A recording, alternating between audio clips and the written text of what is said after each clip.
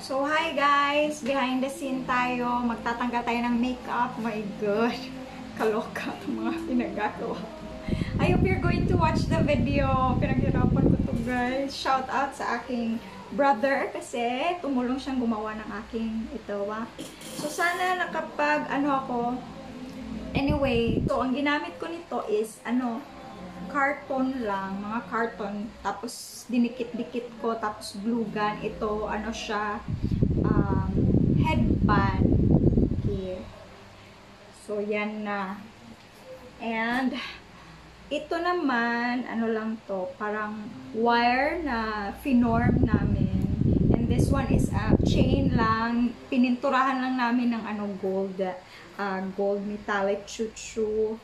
Aray, nakatanggal na. By the way guys, if you're a returning subscriber, thank you so much for being here. If you're new, please don't forget to like, share, and subscribe. And pasensyahan nyo na, gusto ko lang i-film yung behind the scene. And by the way, yung background natin, lang siya guys, oil. And yun na nga, and naglalagay tayo ng veil. Ganun ang mga ganap. Ouch. Nakikita nyo lang yung behind the scene. Grabe. Thank you so much guys sa pagtatangkilik sa ating makeup series. Second na to, and kukumpletuhin natin ang mga zodiac sign. Ganito na lang gawin ko, no? Pagkatapos ng makeup, mag behind the scene tayo para alam nyo yung mga pinagagawa. Yan, ang init.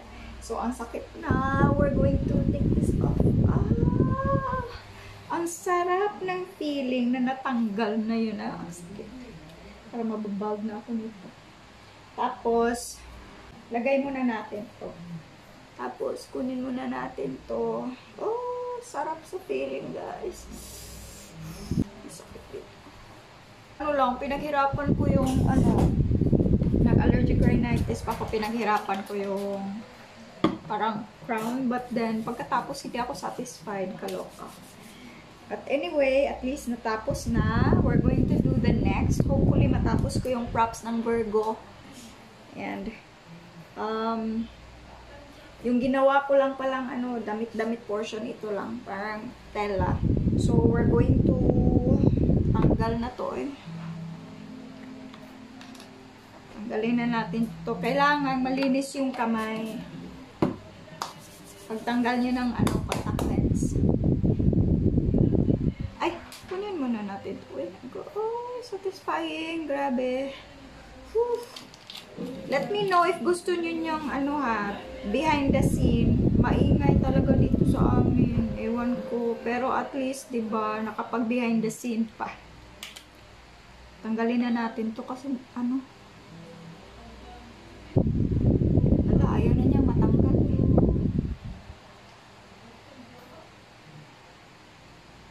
Ayan na talaga, Yan, nakuha na rin. And next, hugaw. Ano ba ito, Tanggalin na natin to.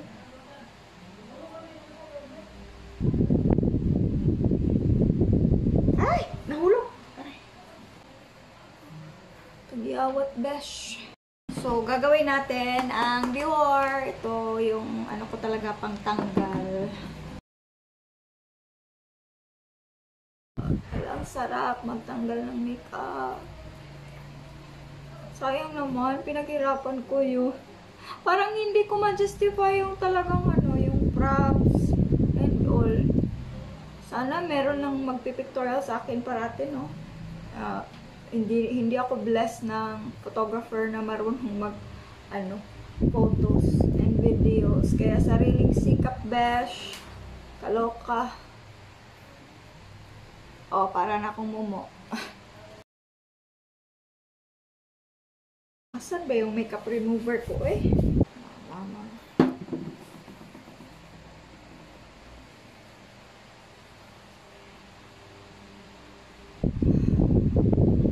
Mag-live ng look na yon sa TikTok, pero hindi na, parang gusto ko lang matulog at mag-rest.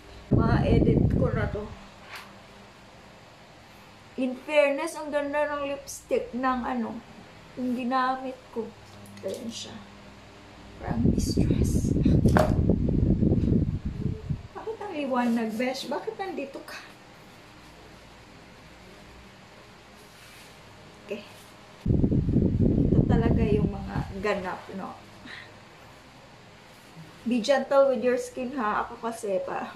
So, a little bit rough. Nagmamadali na kasi ako. Gusto ko lang mag-rest. Pero hindi pa ako makapag-rest kasi I need to edit video. Okay. Tapos mag-wash pa ako ng face. Ay, buti na lang meron pa pala akong makeup remover na isa natira. Sakit ng mata ko. Kunin natin to. Tapos mag-wash tayo.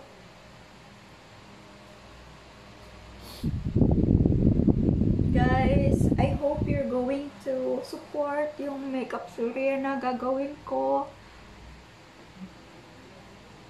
Nagkakatagyawat na ako.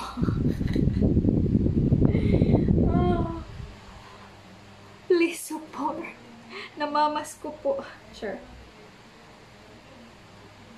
Natutuwa ako kasi wala akong pang ano. Wala akong pang background na red, reddish, fiery yung iris, diba? Bumili lang ako ng foil. 15 pesos ang isa, dalawa. Sold na. Tapos nagkataon meron akong contact lens. Gusto ko sana red, yellow, pero puro na red yung eyeshadow, red na lahat. Kaya meron combination ng ano. Sarap. Meron wala itong foundation dito ba? Take me to church,